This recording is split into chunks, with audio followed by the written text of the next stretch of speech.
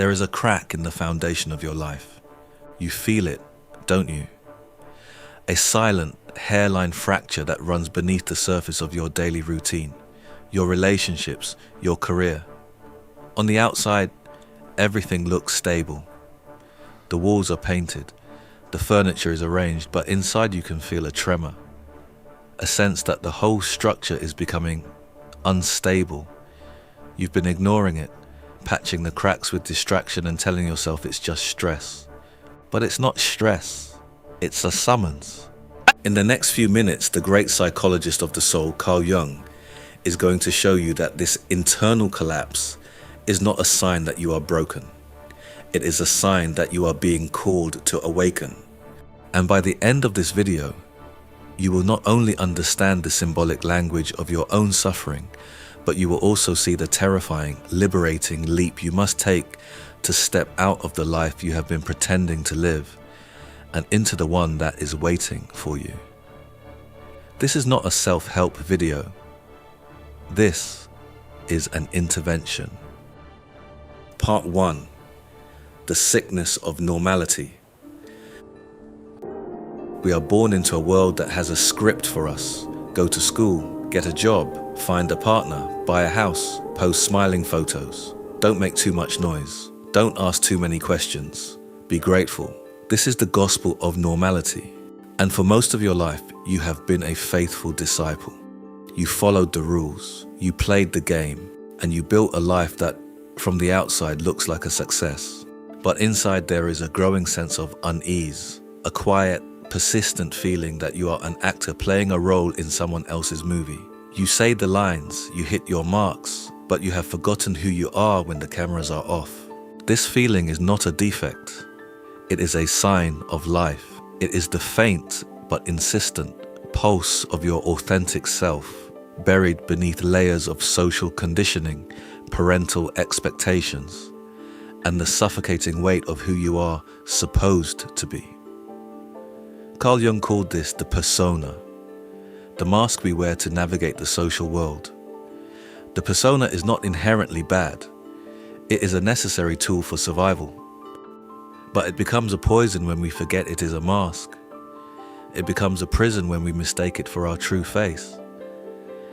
And for millions of us, the prison has become so comfortable that we no longer even see the bars. This is the sickness of modern life. Not chaos, not poverty, but the unconscious adaptation to an inauthentic existence. We are dying of normality.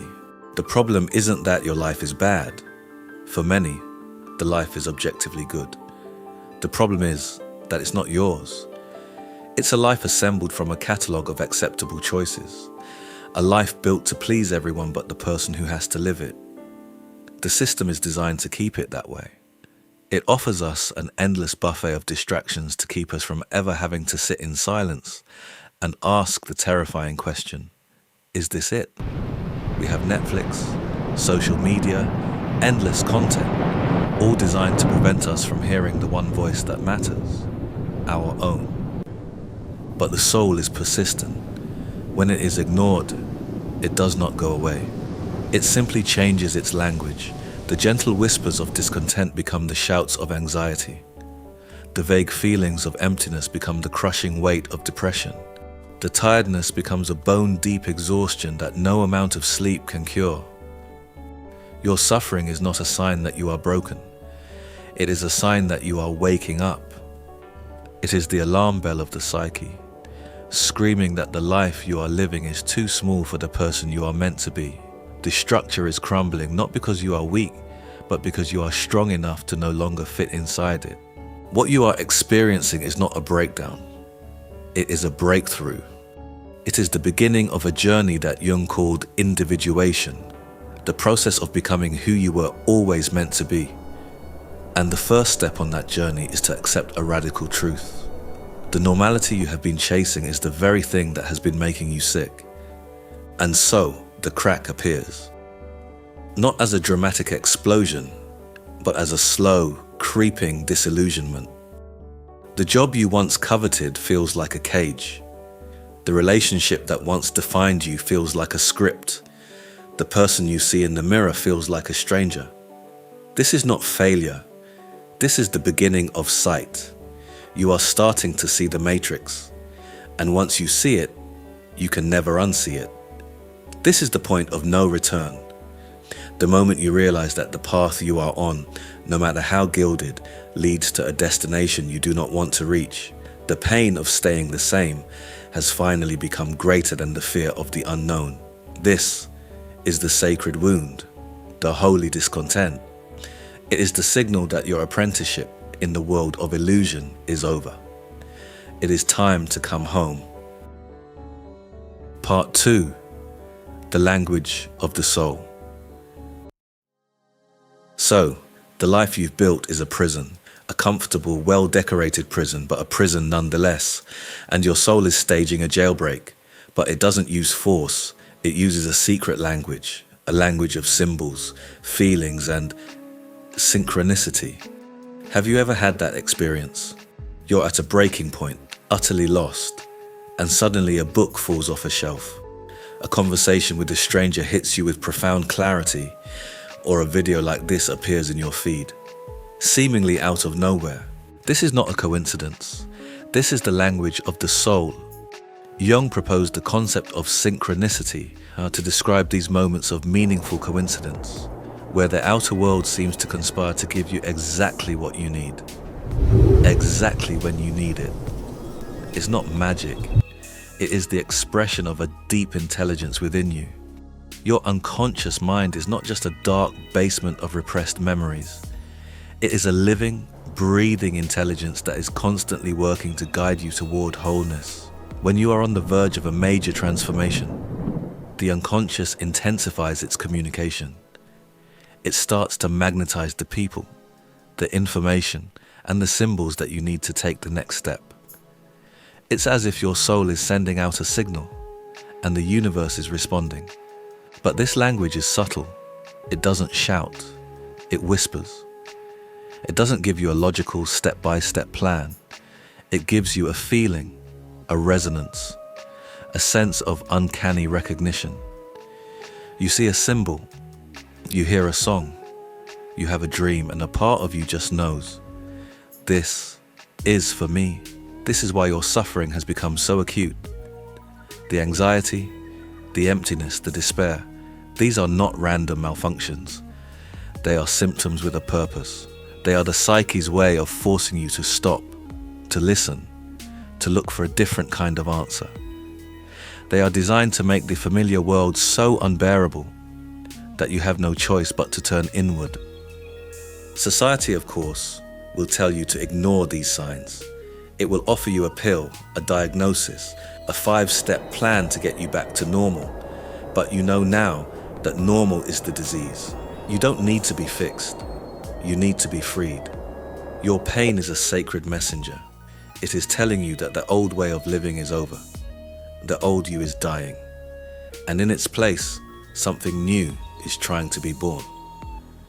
Jung wrote that the psyche intentionally produces suffering as a mechanism of transition. When the ego resists change, the unconscious responds with symptoms: anxiety, insomnia, apathy, anger, confusion. These symptoms are not obstacles on your path. They are the path. They force you to stop, to question, to look within. They compel the collapse of the old structure so that something new can emerge. Society will try to convince you that you need to go back to normal. Take a pill, take a course, breathe deeply, and move on. But don't be fooled. That normal is what made you sick. You don't need to go back. You need to go through. This video is one of those messages. It did not find you by accident. It is a response to a question you have been asking in the silence of your own heart, perhaps without even knowing it. And the message is this: you are not crazy. You are not broken. You are ready. Ready to stop living the life you were given and start living the life that is yours to claim. But to do that, you must face the guardian at the gate. You must take the leap. Part 3. The terrifying leap. There is a line, an invisible threshold that separates the life you have from the life that is waiting for you. This line is not made of money or opportunity or permission from others. It is made of pure, uncut, primal fear. This is the moment of the leap, the point where you must consciously choose to let go of the person you have been, to become the person you are meant to be.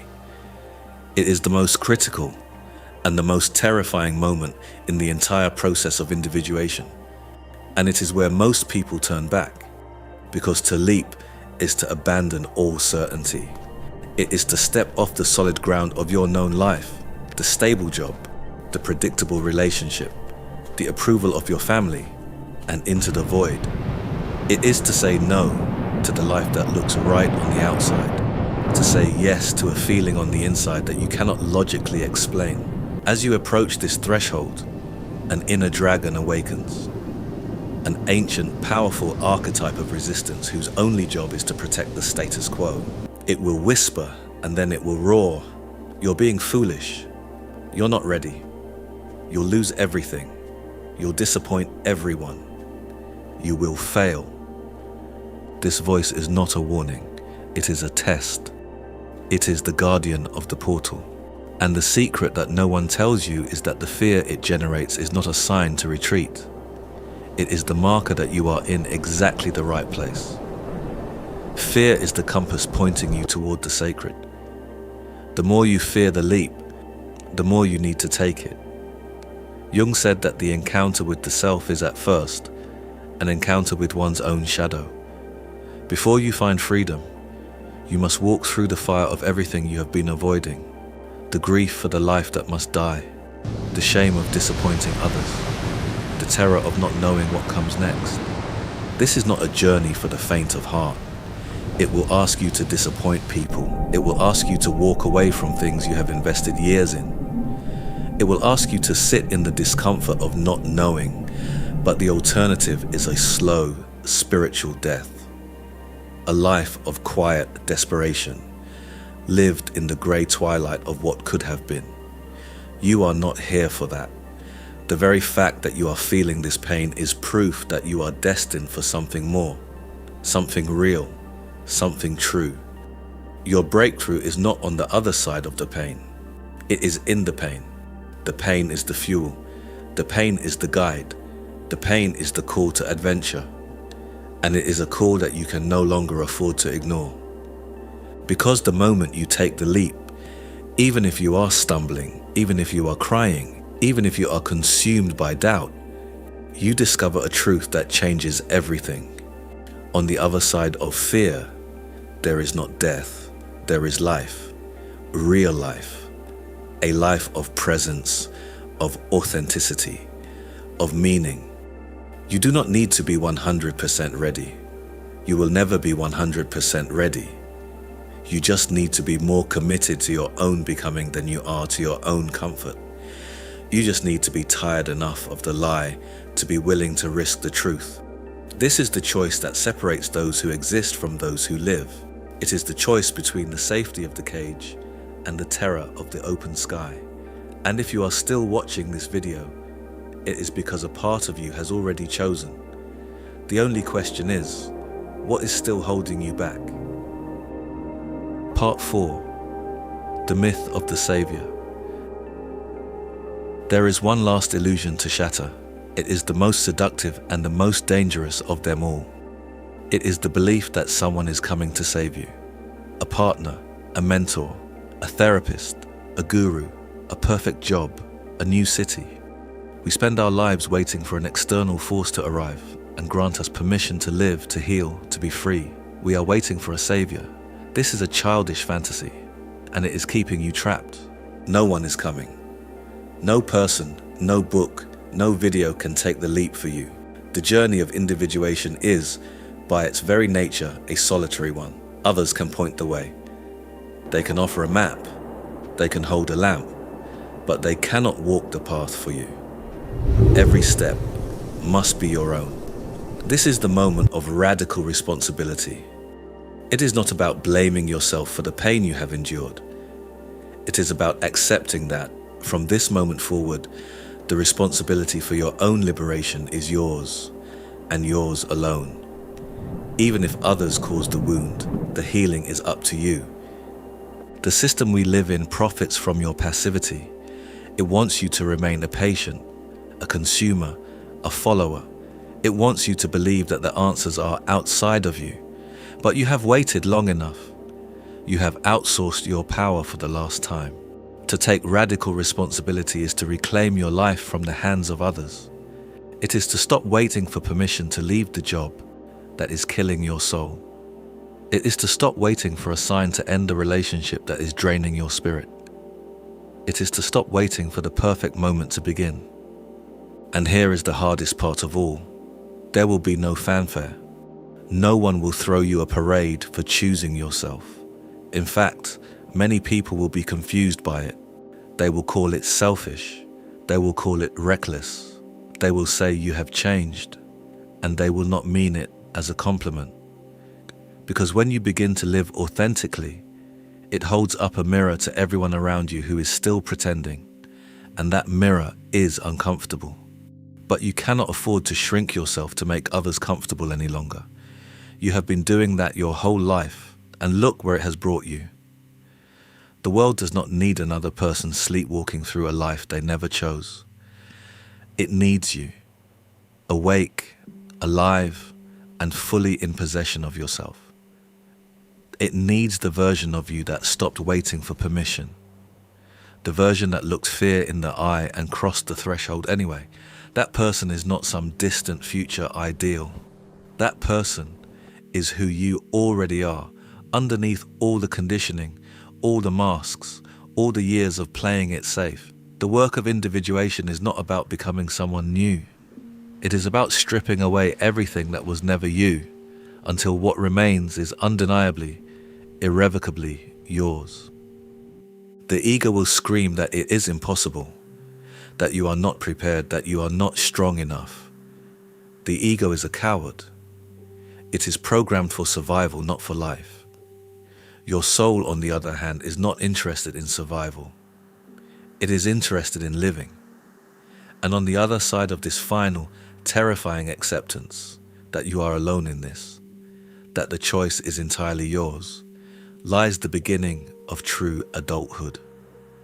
The moment you stop being a victim of your life story and become its author. So, what is on the other side of the fear? What happens after you accept that no one is coming to save you and you take the leap anyway? Real life, the life you came here to live but have postponed for far too long. The life that is not about appearance but about presence. Not about conformity but about authenticity. Not about survival but about meaning. It is waiting for you. It has always been waiting for you. Let's bring this home. You came into this video feeling a crack in the foundation of your life. You now know that this crack is not a weakness. It is an opening. It is the light of your authentic self, trying to break through the concrete of a life that has become too small. You have been called to awaken, to take the terrifying leap out of the familiar and into the real. Your pain is not a problem to be solved. It is a portal to be entered. The life you were meant to live is on the other side of the fear you are trying to avoid. If this message hit home, if you are ready to stop waiting and start living, then right now in the comments type, "I choose to cross." Not for me, for you. Let it be the first conscious decision of the new life that awaits you. A public declaration that you are choosing to answer the call. And if this video gave you something real, please like it, share it with someone who needs to hear it, and subscribe to Wise Daily. Every video on this channel is built to give you one thing, the philosophical tools to live with more power, more clarity, and more intention. We'll see you in the next one.